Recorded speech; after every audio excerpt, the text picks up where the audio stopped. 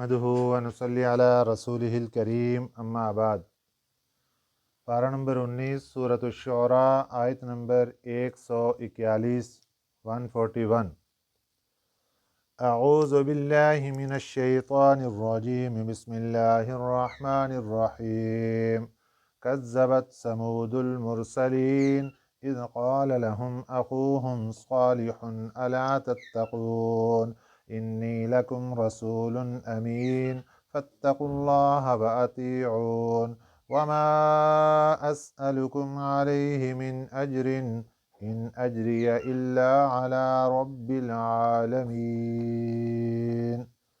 صدق اللہ العظیم۔ سورۃ الشعراء میں گزشتہ کچھ اسباق سے انبیاء علیہم السلام کے واقعات کا تذکرہ چل رہا ہے، جن کے مفسرین اکرام فرماتے ہیں کہ جہاں اور مقاصد ہیں وہاں پر دو مین مقصد یہ ہیں۔ ایک تو گزشتہ اقوام کی سرکشی اور تکبر، فخر، غرور، وہ ان کی ہلاکت کا سبب بنا، وہ ذکر کرنا مقصود ہے۔ اور دوسرے نمبر پر نبی پاک صلی اللہ علیہ وسلم کو تسلی دینا مقصود ہے کہ آپ صلی اللہ علیہ وسلم مشرکین مکہ کے حالات کو دیکھ کر، ان کے بدعمالیوں کو دیکھ کر پریشان ہو جایا کرتے تھے۔ اللہ نے تسلی دی کہ یہ لوگ جیسے آپ کو جھٹلا رہے ہیں، ایسے ہی پہلی قوموں نے اپنے نبیوں کو جھٹلایا، پھر ان کے ساتھ جو حشر ہوا، آخر ان کے ساتھ بھی یہی حشر ہوگا اگر یہ اپنی بات پر قائم ڈٹے رہے۔ آج کے سبق میں اللہ کے پیارے نبی حضرت صالح علیہ السلام کی قوم کا تذکرہ ہے۔ ان کو اللہ تعالیٰ نے قوم سمود کی طرف نبی بنا کر بھیجا۔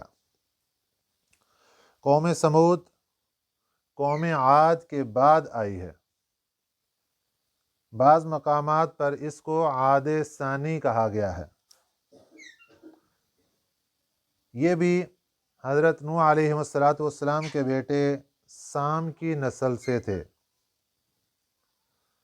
اور ان کا علاقہ وادی تبوک سے وادی قرا تک جا رہا تھا، اور تقریباً اس زمانے میں جہاں پر قوم سمود آباد تھی، 1700 بڑی بڑی بستیاں ان کی تھیں۔ بڑی بڑی بستیاں 1700 تھی جن میں یہ قوم سمود آباد تھی۔ اللہ تعالیٰ نے ان کو دنیاوی طور پر بڑی خوشحالی عطا فرمائی تھی۔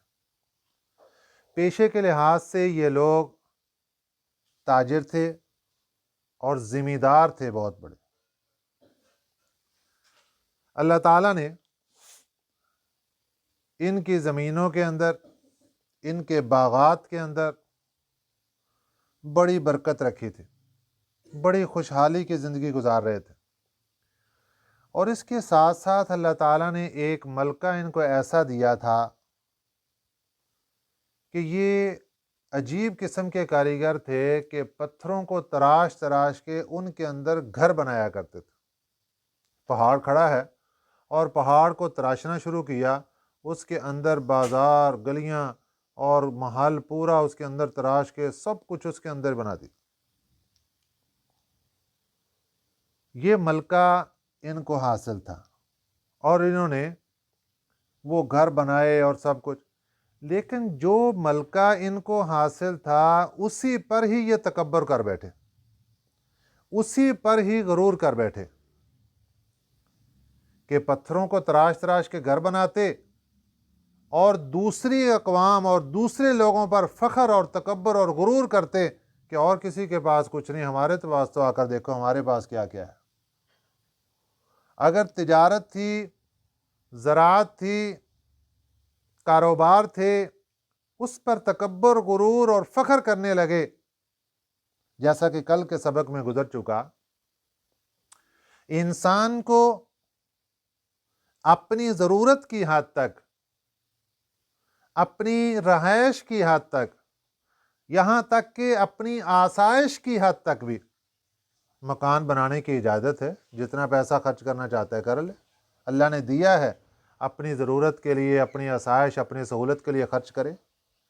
لیکن جب بات آتی ہے نمائش کی، دکھلاوے کی، پھر وہاں جا کر آ کے انسان غلطی کے اندر مبتلا ہو جاتا ہے کہ وہ موقع ایسا ہوتا ہے کہ پھر اس کے دل کے اندر تکبر پیدا ہوتا ہے کہ پوری گلی میں میرے جیسا مکان دکھائے گا،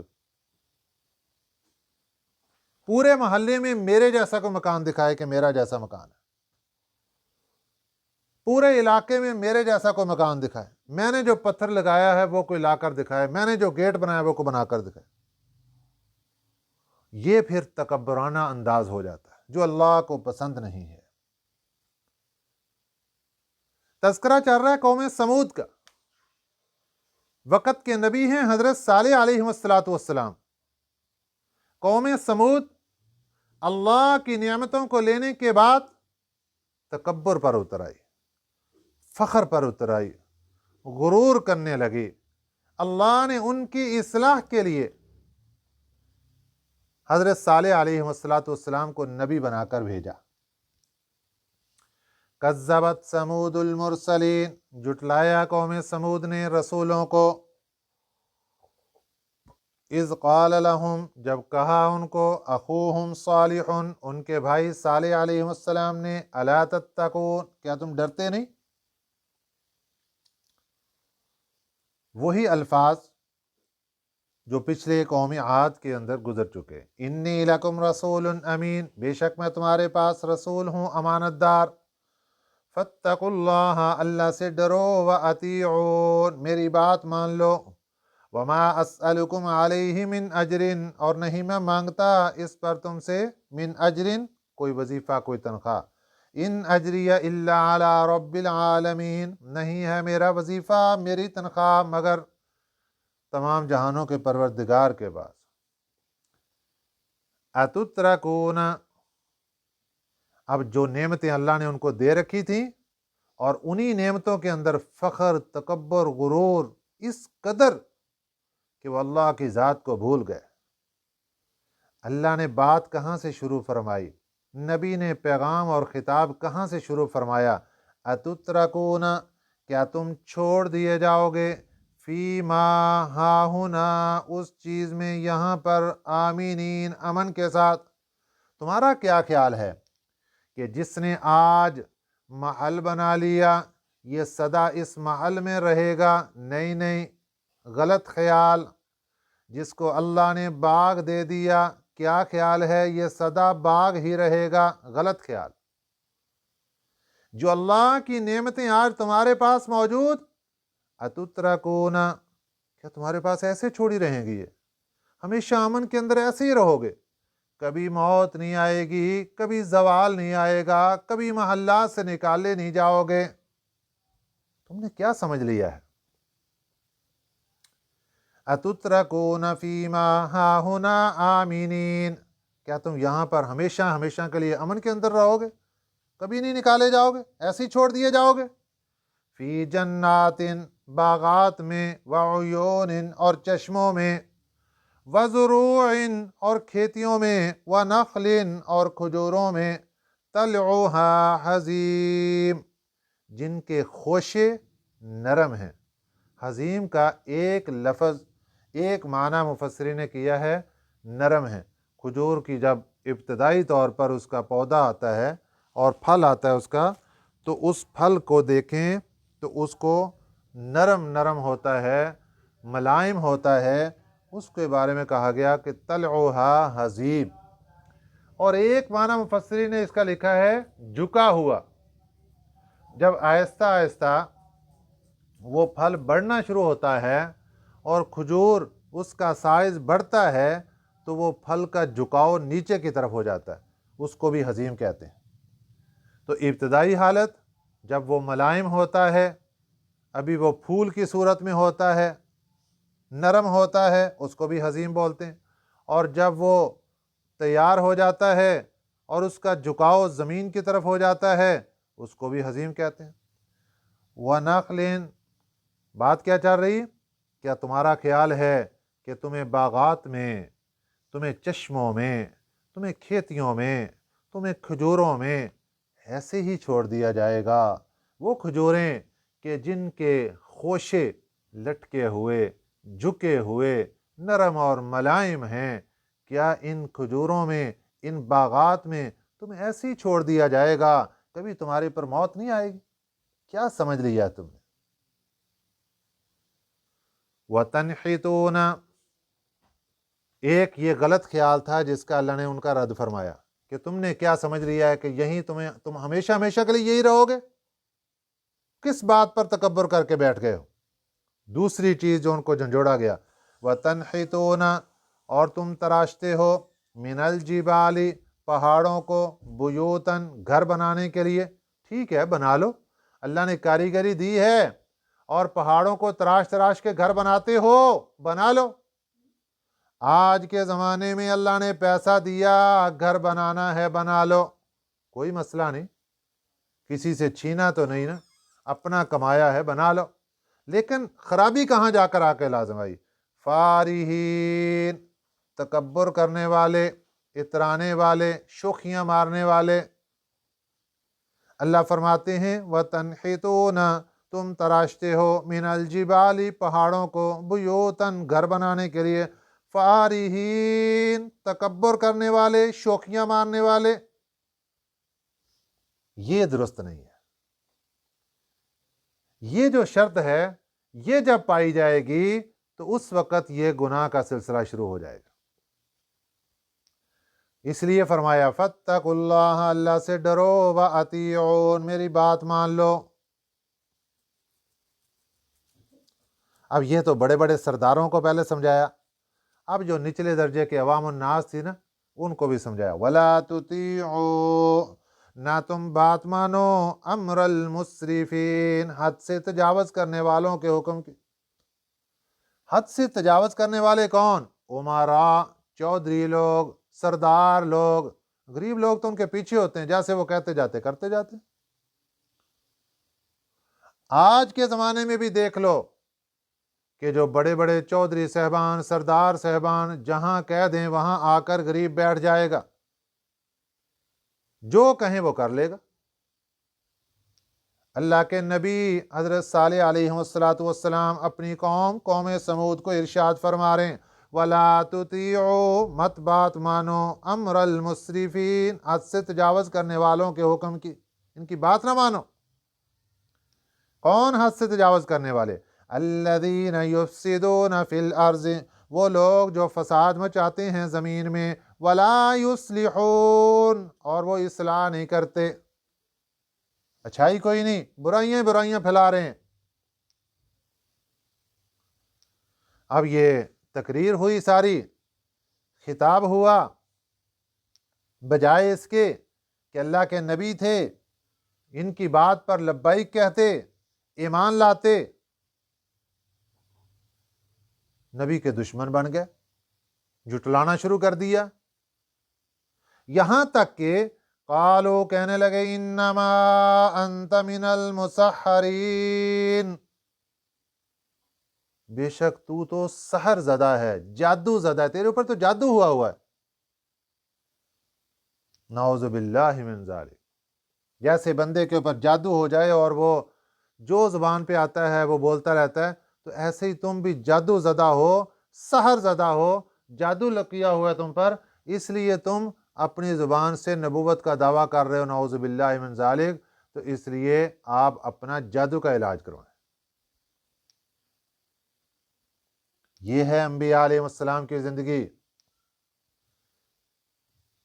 نبیوں نے جب دعوت کا آغاز کیا تو لوگوں نے ہار لے کر ان کے گلے میں نہیں پہنا دیے، لوگوں نے سیلوٹ پیش کرنے نہیں شروع کر دیے، پتھر پڑے ہیں آگے سے، اور جادوگر کہا گیا، اور مجنوں دیوانہ کہا گیا، کیا کچھ الفاظ انبیاء علیہ السلام کے بارے میں ان کافروں نے بولے۔ اور دلیل کیا ہے جی؟ دلیل سنیے،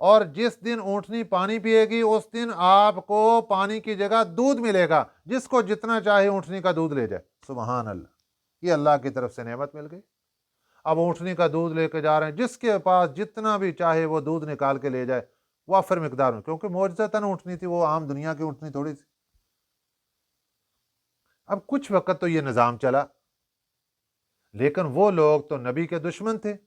وہ کیسے چاہتے تھے کہ نبی کا معجزہ چلتا پھرتا نظر آئے اور لوگوں کے دل کے اندر نبی کے بارے میں عقیدت اور محبت اور پیار آنا شروع ہو جائے، شاید وہ نبی کی بات پر ایمان نہ لے آئیں۔ اس لیے کیوں نہ ہو اس نشانی کو ختم کر دیا جائے۔ اللہ کے نبی کو معلوم ہو گیا کہ لوگ سازشیں کر رہے ہیں، آپ نے اعلان کر دیا، خبردار اس اونٹنی کو کوئی ہاتھ مت لگانا۔ پیار کرنے کے لیے لگاتے ہو لگاؤ، پیار کرو، لیکن برے ارادے سے اس کو مت چھونا، ورنہ اللہ کا عذاب آ جائے گا۔ ایک عورت کے کہنے پر کچھ لوگ تیار ہوئے اور وہ ایک آڑ کے اندر چھپ کر بیٹھ گئے۔ اونٹنی کا گزر ہوا اور اس کے ٹانگوں پر حملہ کیا، وہ گر گئی اور پھر اوپر سے وار کر کے اس کو قتل کر دیا گیا۔ ساتھ ہی اس کا بچہ بھی تھا۔ اس نے اسی وقت چیخ ماری اور وہ پہاڑی کی طرف بھاگا اور وہیں غائب ہو گیا۔ حضرت صالح علیہ السلام کو پتہ چلا تو آپ نے فرمایا کہ اب اللہ کے عذاب کا انتظار کرو، 3 دن کی مہلت ہے تمہارے پاس۔ پھر تیسرے دن اللہ تعالیٰ کا عذاب آیا اور سب کو ختم فرما دیا۔ فَأْتِ بِآیَةٍ، لے آؤ کوئی نشانی، ان کنت من الصادقین، اگر تم سچوں میں سے ہو۔ قال هذه، فرمایا حضرت صالح علیہ السلام نے، هذه ناقۃ، یہ ایک اونٹنی ہے، لہا شربن، اس کے لیے پانی کی باری، پانی پینے کی اس کی ایک باری، وَلَكُمْ شِرْبُ، اور تمہارے لیے بھی ایک پانی کی باری، یوم معلوم، مقررہ دن، مقرر ہو گئے، ایک دن اونٹنی کی باری اور ایک دن دوسرے لوگوں کی۔ لیکن سن لو، وَلَا تَمَسُّوهَا بِسُوءٍ، نہ چھونا اس کو، بِسُوءٍ، برے ارادے سے، ورنہ فَيَأْخُذَكُمْ، پھر پکڑ لے گا تمہیں، عذاب یوم عظیم، بڑے دن کا عذاب، بڑے دن کا عذاب تمہیں پکڑ لے گا اگر تم نے یہ غلطی کی کسی نے۔ فَعَقَرُوهَا، پھر انہوں نے اس کو کاٹ دیا، قتل کر دیا اونٹنی کو۔ پھر اللہ کا عذاب آ گیا۔ اب جب نشانیاں آنی شروع ہوئیں، فَأَصْبَحُوا، پھر صبح کو ہو گئے، نادمین، پچھتانے والے۔